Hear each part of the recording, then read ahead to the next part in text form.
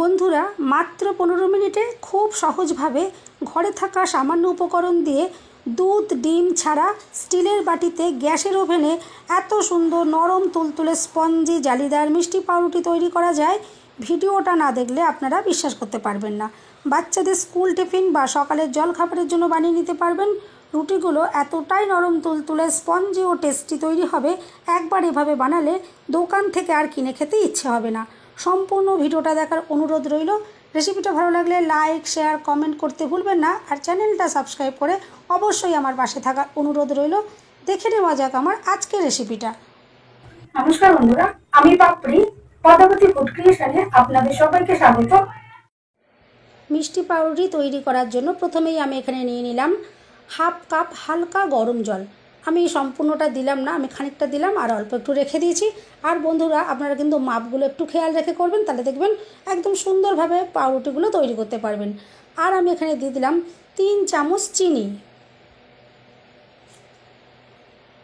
আর দিয়ে দিচ্ছি 1 চামচ ড্রাই ইস্ট।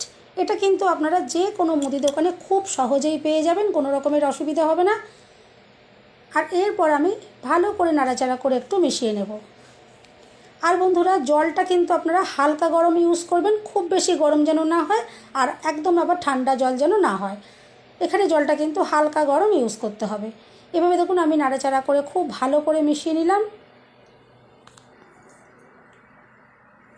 আর এরপরে এভাবে ভালো করে মিশিয়ে নেওয়ার পরে আমি এখানে দিয়ে দেব 3 কাপ ময়দা। আর আমি একই কাপ মেপে সব কিছু ইউজ করছি। আর দিয়ে দিলাম স্বাদ মতো নুন। এরপরে প্রথম অবস্থায় আমি একটা চামচ দিয়ে এভাবে নাড়াচাড়া করে একটু এগুলোকে মিশিয়ে নেব। প্রথম অবস্থায় কিন্তু হাত দিয়ে মাখার কোনো রকমেরই দরকার পড়বে না। আর এরপরে আমি এখানে দিয়ে দিচ্ছি ওই কাপেরই হাফ কাপ টক দই। আর বন্ধুরা আমি আজকে কিন্তু কোনো রকম ডিম বা দুধ দিয়ে আমি রুটিগুলো তৈরি করব না, আমি এখানে টক দই দিয়ে পাউরুটিগুলো তৈরি করব। এভাবে আপনারা একবার তৈরি করে দেখবেন, ভীষণ সুন্দর পাউরুটির টেস্ট হবে আর ভীষণই নরম স্পঞ্জি তুলতুলে তৈরি হবে। এরপর আমি হাত দিয়ে খুব ভালো করে এটাকে মেখে নেব।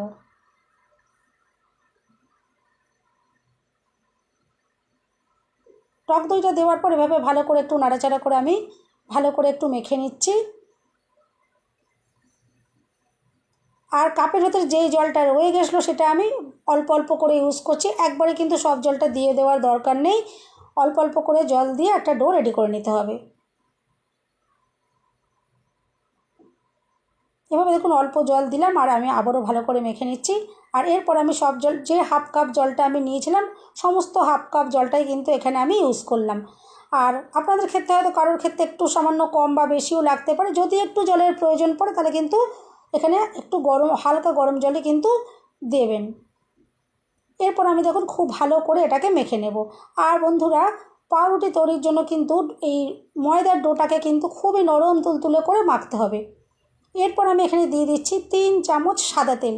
আপনারা চাইলে কিন্তু এখানে 3 চামচ বা 4 চামচ মেল্ট করা বাটার এখানে দিতে পারেন, তাহলেও কিন্তু রুটিগুলোর টেস্ট কিন্তু খুবই অসাধারণ আসবে। আমি এখানে সবার সুবিধার জন্য সাদা তেল দিয়ে দেখালাম। এরপর আমি খুব ভালো করে ময়দাটাকে মেখে নেব। ময়দাটা 6 থেকে 7 মিনিট আমি খুব ভালো করে মেখে নেব। আর মাখতে মাখতে হয়তো হাতে একটু আটকে আসতে পারে, এটা কিন্তু একটু চটচটে একটা আঠালো ময়দাটা রেডি হবে, সেই জন্য হাতে কিন্তু আটকে যেতে পারে, কিন্তু কোনো সমস্যা নেই। বারে বারে একটু হাতে সাদা তেল মেখে আর মাখিয়ে নিলেই কিন্তু তারপরে কিন্তু মাখার সময় আর অসুবিধা হবে না। আর এভাবে মাখতে মাখতে দেখবেন অটোমেটিকই এটা হাত থেকে আপনা আপনি সুন্দরভাবে ছেড়ে যাবে আর একটা সুন্দর একটা পারফেক্ট ডো একদম রেডি হয়ে যাবে। আর ময়দাটা দেখে আপনারা বুঝতেই পারছেন আমি কতটা নরম করে মাখছি। আমি মাঝে মাঝে দেখুন হাতে একটু করে সাদা তেল দিয়ে দিচ্ছি আর দিয়ে আমি ময়দাটাকে মেখে নিচ্ছি, তাহলে হাতের মধ্যে আর আটকে আটকে আসবে না। আর এভাবে মাখতে মাখতে দেখবেন একটা সুন্দর একটা নরম ডো রেডি হয়ে যাবে। আর ময়দা মাখাটা দেখেই আপনারা বুঝতে পারছেন আমি কতটা নরম করে মাখছি। আর ঠিক এরকমই নরম করে মেখে নিতে হবে, তাহলেই কিন্তু রুটিগুলো নরম তুলতুলে একদম স্পঞ্জি সুন্দর দোকানের মতন একদম পাউরুটি তৈরি হবে। এভাবে দেখুন ময়দাটা আমি খুব ভালো করে মেখে নিলাম।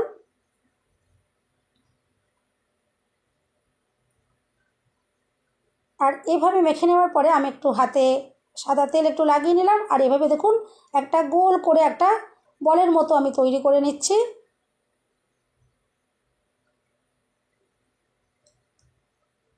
আর বাটিটার ভেতরে আমি একটু সাদা তেল দিয়ে দিচ্ছি, আর বাটিটাতে একটু তেলটা ভালো করে মাখিয়ে নিতে হবে।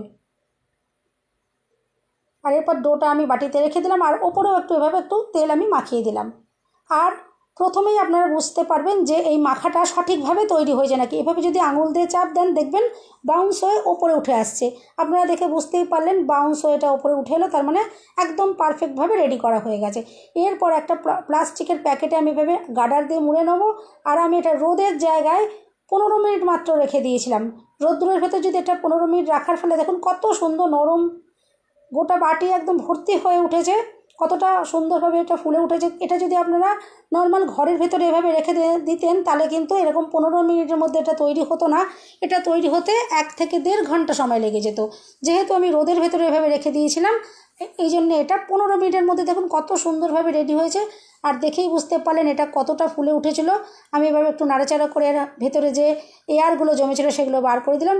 আর আমি দেখুন এবার একটু গুঁড়ো ময়দা বোর্ডের মধ্যে ছড়িয়ে দিয়েছি। আর এটা আলতো হাতে আমি দেখুন একটুখানি একটু গোল শেপ করে নিচ্ছি। এখানে কিন্তু আর বেশি করে একদম মাখতে যাবেন না, তাহলে কিন্তু রুটিগুলো ভালো তৈরি হবে না। আমি আলতো হাতে এভাবে দেখুন আবারও একটা গোল এরকম বলের মতো করে রেডি করে নিচ্ছি।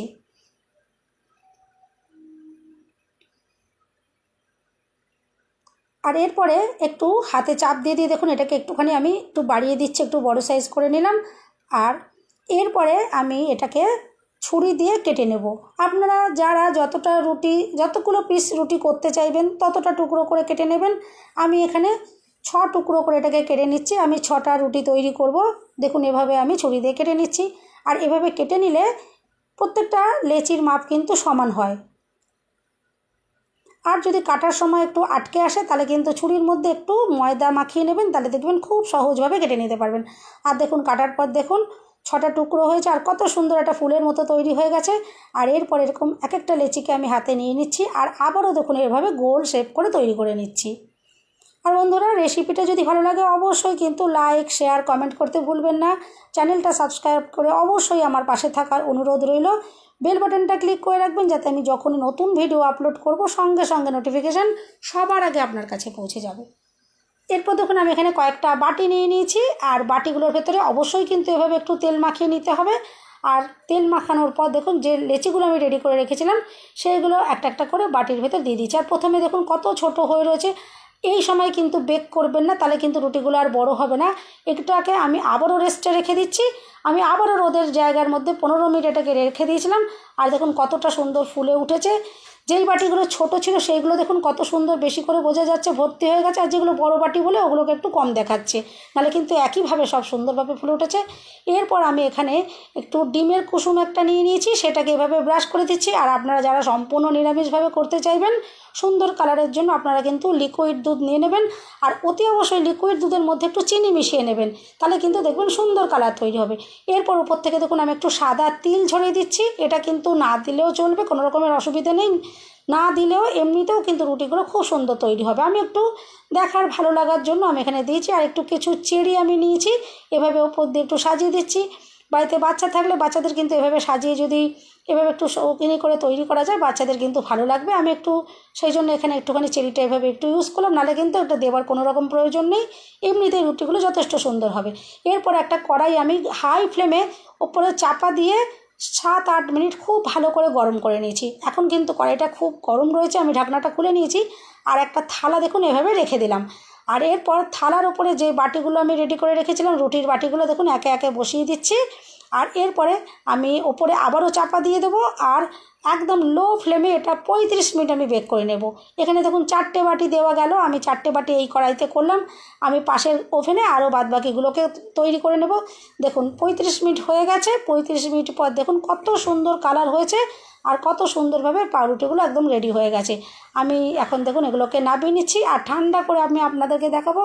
এখন দেখুন একদম ঠান্ডা হয়ে গেছে, আর কতটা নরম তুলতুলে হয়েছে দেখেই বুঝতে পারছেন। একটা ছুরি দিয়ে এভাবে যদি সাইড থেকে কেটে দিলেই কিন্তু রুটিগুলো খুব অনায়াসে বেরিয়ে আসবে। যেহেতু তেল মাখানো ছিল কোনো রকমের অসুবিধা হবে না। এভাবে দেখুন আমি একটা ছুরি দিয়ে সাইড থেকে কেটে দিলাম, আর দেখুন কত সুন্দরভাবে বেরিয়ে এলো। আর দেখতে যে কতটা সুন্দর তৈরি হচ্ছে দেখে আপনারা বুঝতেই পারছেন।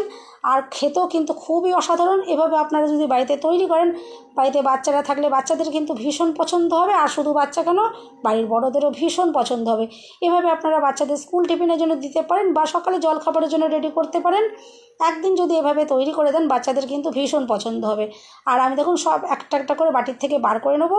আর তারপরে আমি এটা একটা কেটে আপনাদেরকে দেখাবো যে এটা ভেতর থেকেও যে কতটা সুন্দর, একদম দোকানের পাউরুটির মতন স্পঞ্জি তুলতুলে নরম তৈরি হয়েছে, সেটা আপনারা বুঝতেই পারবেন। আর খেতেও কিন্তু খুবই অসম্ভব টেস্টি। আর দেখুন এতটাই নরম, হাতের মুঠোর ভেতরে যদি এভাবে নিয়ে নেওয়া হয়, দেখুন একদম কোনো রকমভাবে ভেঙে গেল না। তাহলে বন্ধুরা, রেসিপিটা যদি ভালো লাগে অবশ্যই কিন্তু একটা লাইক দিতে ভুলবেন না। চ্যানেলটা সাবস্ক্রাইব করে আমার পাশে থাকার অনুরোধ রইল। সবাই সুস্থ থাকবেন, ভালো থাকবেন। দেখা হবে নেক্সট ভিডিওতে।